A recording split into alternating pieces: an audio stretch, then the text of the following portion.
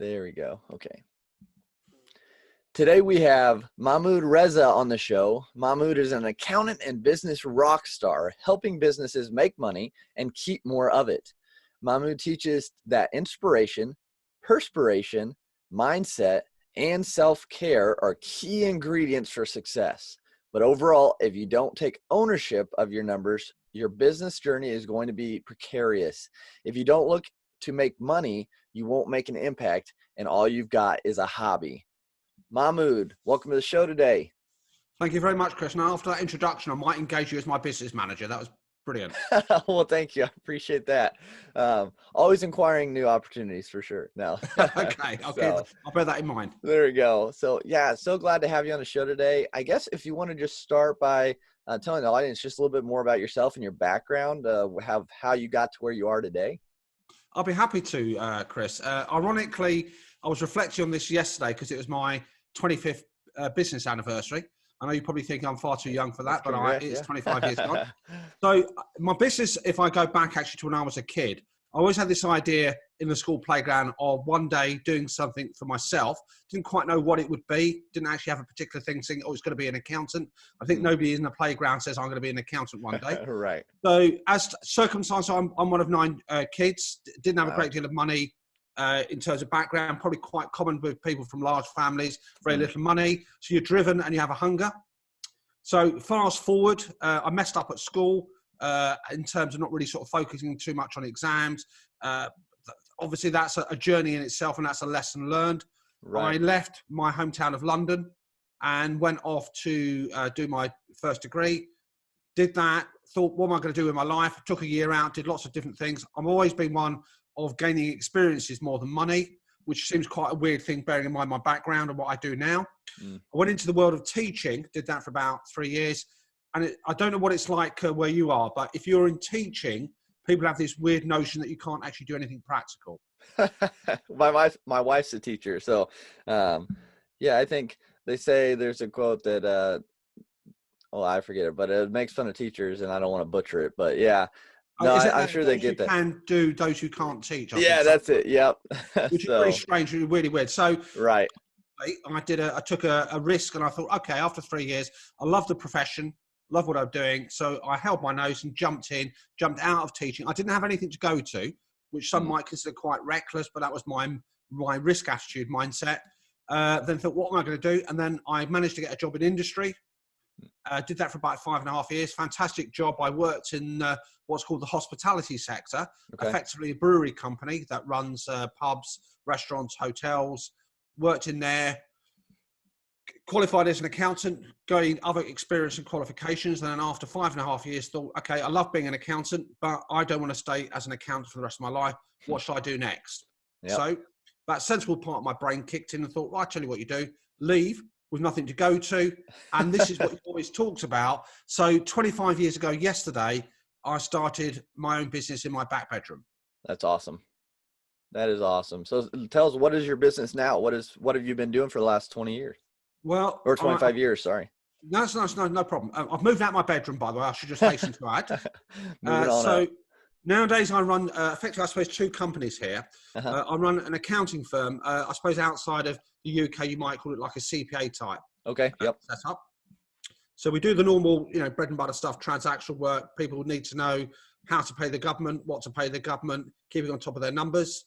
I also, because of my background, so I've managed to blend those in. So nowadays I do a lot of what I call management account support, business mentoring, helping and supporting businesses. I don't do any of the real key motivational stuff, which is key, but it's actually getting people to connect with their numbers, educating them. So I do lots of training courses, mentoring, showing people how to make money, just so they can actually continue and do what they love to do there. Absolutely. So do you think people have a false perception of what it would be to start a business when they come to you, or what do they maybe not realize when they're starting? That's a great question, Chris. I think because I don't know if it's because of reality TV programs or what we see on the internet. And there's always this, I think, false notion, probably more so the last 10, 15 years, that people have a perception that literally you can spend 20 minutes on something and suddenly you're an overnight success. So I know for yourself, you've got a wonderful aspiration of impacting on 1 million lives here. And to do that, that's a fantastic goal, but it's going to take sweat and perspiration to get to that stage. And I think people expect that overnight success. Anyone I know who's been successful has either been born into royalty or money, or have actually had to put lots of years of sweat, and that overnight success has been many years in the making. I think other things as well. It's basic business principles over the decades, and I can even go back centuries. Technology has changed things here, but those basic principles about planning, keeping an eye on your numbers, self-belief, well-being. I think when you transition from the world of work, or if it's your first foray into entrepreneurship, suddenly you don't realize you've got to do about 10, 15 jobs at the same time. So mentoring, so you've got to be your own HR department, customer service, marketing team, business team, deliver the work. And, that's a massive shock to the system, I think. Yeah, I think definitely people they don't realize the work it actually takes to even just get started, let alone keep it running, and to even grow it. So, but I know you've mentioned multiple times, like knowing their numbers, knowing explain that a little bit, what you mean by that. I think in terms of whatever business that you choose, and I do, I've been involved, for example, in social enterprises and the charity world for about 35 years, as both as a volunteer advisor and everything else. And so for me, a business is a business. It doesn't matter what your purpose is, whether it's a charitable based organization, business is business. What changes though is probably your value culture system. So for me, numbers, predominantly whatever business you're in, your job, and I think your responsibility to those who work with you and the clients that you serve, is to make money. And by money, I mean make a profit. How you make that profit is obviously a different conversation. So your values, your culture, how you share that profit, what you do with that is it's a conversation you need to have. But fundamentally, if you don't have your business structured to actually make a return, to get more money coming back in than going out, you won't survive. I know you said very beautifully in the introduction, you've got nothing more than a hobby, but you won't be sustainable. And what that happens is, if you do fail, which a lot of businesses unfortunately do, that means those who rely on you, those who depend on you, those who interact with you are going to get their fingers burnt and suffer the pain as well. Yeah, absolutely. And that's the cool thing. So like, I'm obviously in this venture at the beginning and doing it by myself, but I'm looking forward so much to be able to grow it to a position where I can then have the resources, the income, the money coming in to be able to support other people that might be working for me. And that's just a really cool thought, like knowing that I could provide a job for someone that can support their family, kind of thing. And so that's kind of one of the driving forces of it. But do you notice when you coach or mentor people that they have a struggle with, like, why it's not all about the money, I just want to help others, but 100%. I still need the money to survive, kind of thing? 100%. And I'll give you a couple of good examples here, Chris. I think some people think it's quite vulgar to talk about money. And let me emphasize this thing. If you do a business predominantly saying money is my only rationale and objective, for me, that's not really everyone has their own look of the world, but that's not what I'm talking about. Right. What it means is you've got to try and get comfortable with talking about money. And I'll give you a couple of good examples. Yeah. So I know lots of people, for example, who do great work, deliver a good work, deliver on time, satisfy their customers, whatever they feel they're in. And then that customer, for whatever reason, if they don't talk to them, disrespects them by actually not paying their bills on time. And they feel very frightened to have that conversation with that customer and say, come on, look, I did something good for you. I did what you asked me to. You've got no issue with what I've done, but you're actually not paying your bill on time. And what that means is not being able to have that conversation. There are different ways you can have it, by the way, is it means that they will suffer there as well. And I think people are very scared or wary or cautious about even talking about numbers. And I think there's good reason. The subject can be quite boring. You can lose the will to live. You want to stab your eyes out with a pencil, perhaps, and rather talk about numbers. So I get that. Some people think that if I talk about money, people don't think that I'm actually doing anything worthwhile. But the money is the support mechanism to keep doing what you do. And I think we've just got to get more comfortable and more conscious about money and the part it plays. It's not the Yeah. reason for doing something, Right. but it's an element that's needed to help you do what you want to do. Yeah, absolutely. And it's like a saying I've heard. It goes, um, if you want to feed hungry people, you're going to have the capital, the numbers, the money For to sure. buy that food to give them. So like the resources are super important to obtain so you can do more, if that's truly your goal. And so, yeah, I think numbers are a big thing to think about and talk about so you can have those resources to extend to others, and be able to make a bigger impact. Because, I mean, unfortunately, everything really revolves around money. And so you have to have it to be able to do more things or I think, support other people. exactly. I mean, Chris, if you don't mind, actually, I mean, when I Yeah. was looking at your own website, Mm. and I can probably draw a parallel from your own space there.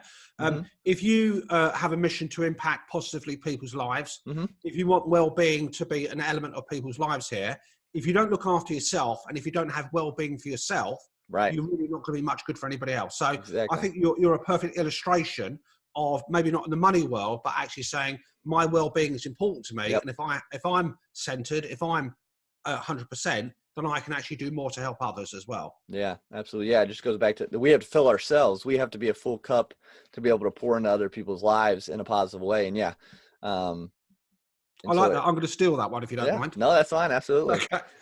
Okay. So how would you lead someone or direct someone who might have an idea for a business or might be just starting to kind of really monetize or grow that numbers, to be able to help more people? Okay, that's a superb question.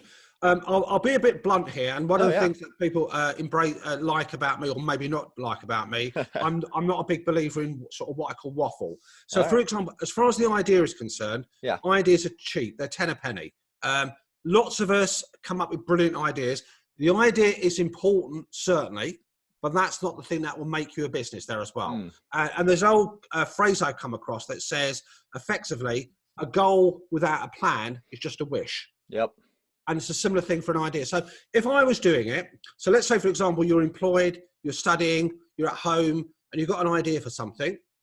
I would certainly, first of all, test it and Mm. do a little bit of what I call market research. Now, I don't mean employing armies of people with clipboards and going out, Right. but an idea for a product or for a service, stress test it. So ask people whose opinions you trust, Mm. go out and actually do it on a micro scale.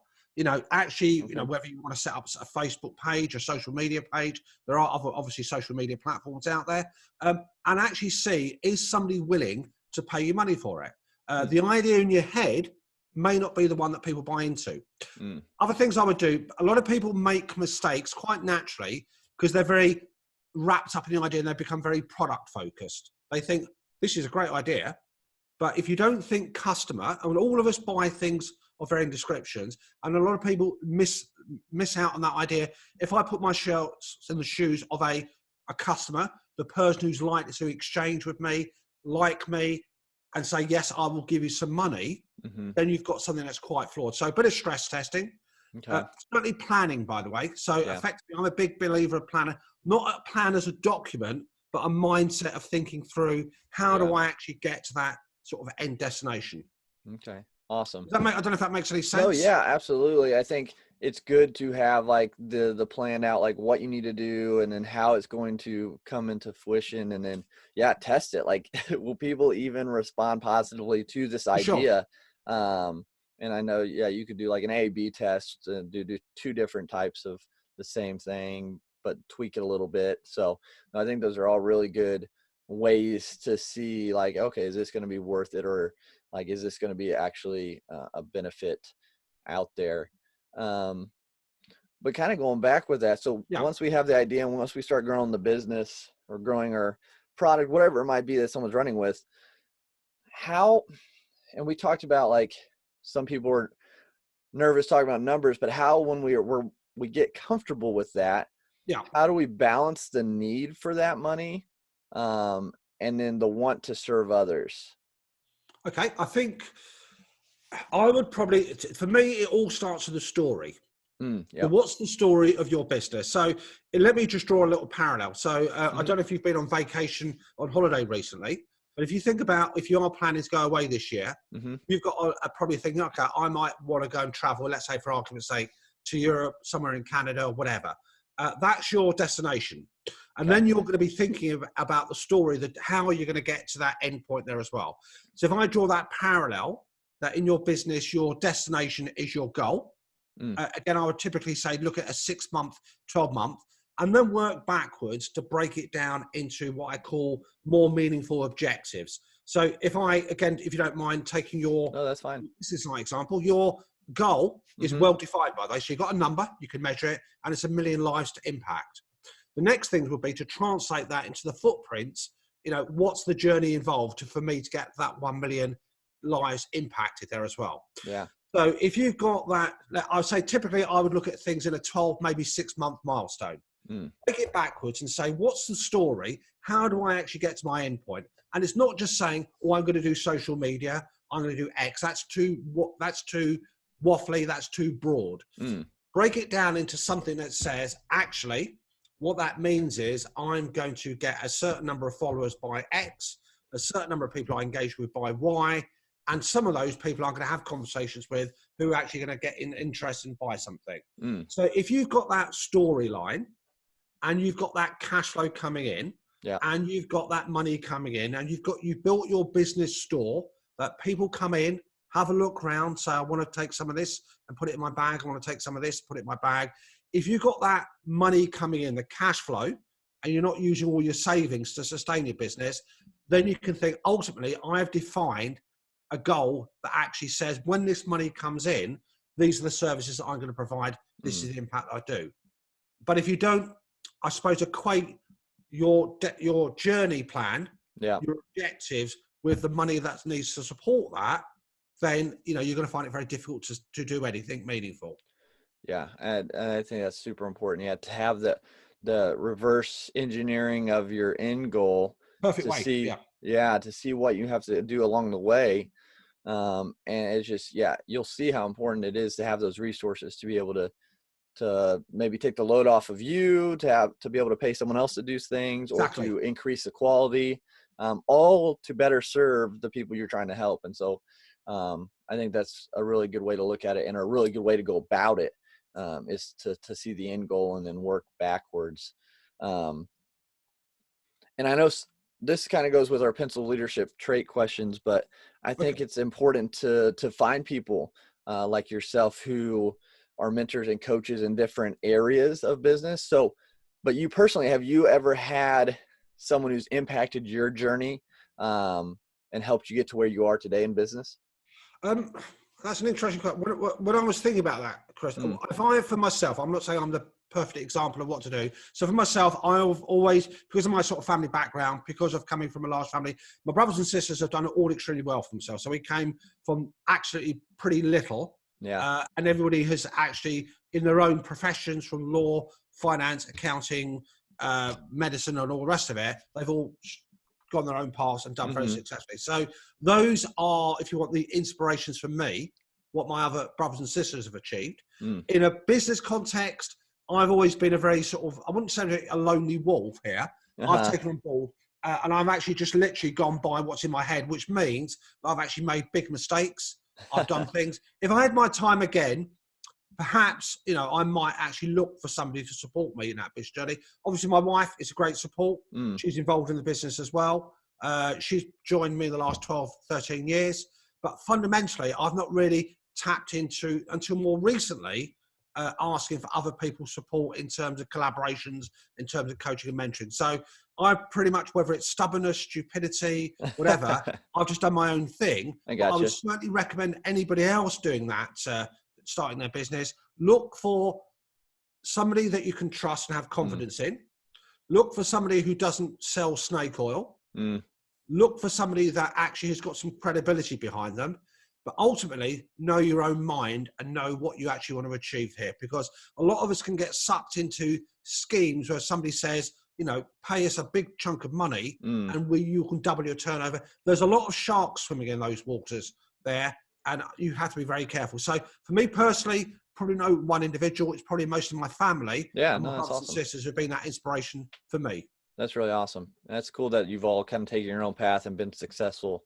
But you kind of mentioned it. So this is kind of like goes with the second question with Pencil Leadership, but besides maybe not having a mentor, has there ever been a really hard time you've went through or a mistake you've made that was a really rough spot, but looking back on it now, positive came from it and helped you actually grow into the businessman you are today? I love the speed and the way you put that, Chris. I think that's perfectly true. So I have learned to, things from mistake. I've made plenty. And you might think, why, Mahmood, would you confess to that? Because I think any successful person here, if they say they haven't made mistakes along their journey path, is lying. Absolutely. And so, yeah, I've made massive mistakes. In my early days, I trusted too many people. And you've got to be careful here. I think you've got to trust people, but they've got to earn that trust. So I've actually given extended credit terms to people before they pay their bills, more so on ignoring my own systems, ignoring my own processes, thinking, actually, I think you've got a hard time, blah, blah, blah. I'm believing what you're telling me. And they've just basically not honoured their commitments and I've lost financially. Now, you think I'd learned from that more recently in the last couple of years?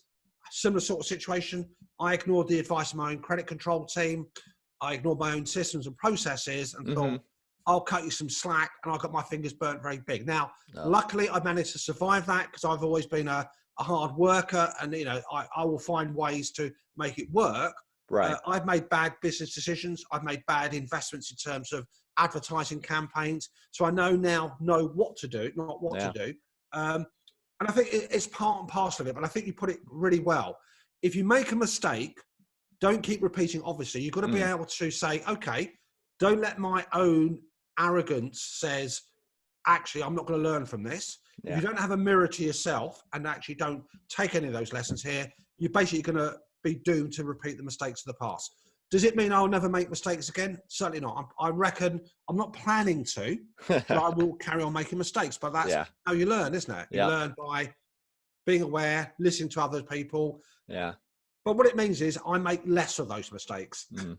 Just different ones now, right? No, yeah, just correct. kidding. Yeah, correct. Yeah, no, that's perfect. Yeah, and we all make mistakes. Yeah, someone who says they don't make mistakes, I couldn't see someone saying that, but I'm sure there's someone who believes that out there, and yeah, I'll just stay clear of them. But so overall, I mean, you're doing a lot of good trying to help people with their businesses, with their money.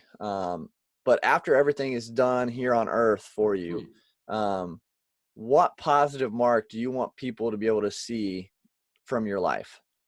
Now, you might find this really quite strange, actually. I always have this, it probably sounds quite morbid to people. I remember listening on a radio show many years ago, and they were giving a eulogy and a tribute to somebody's funeral. And I was thinking, do you know what?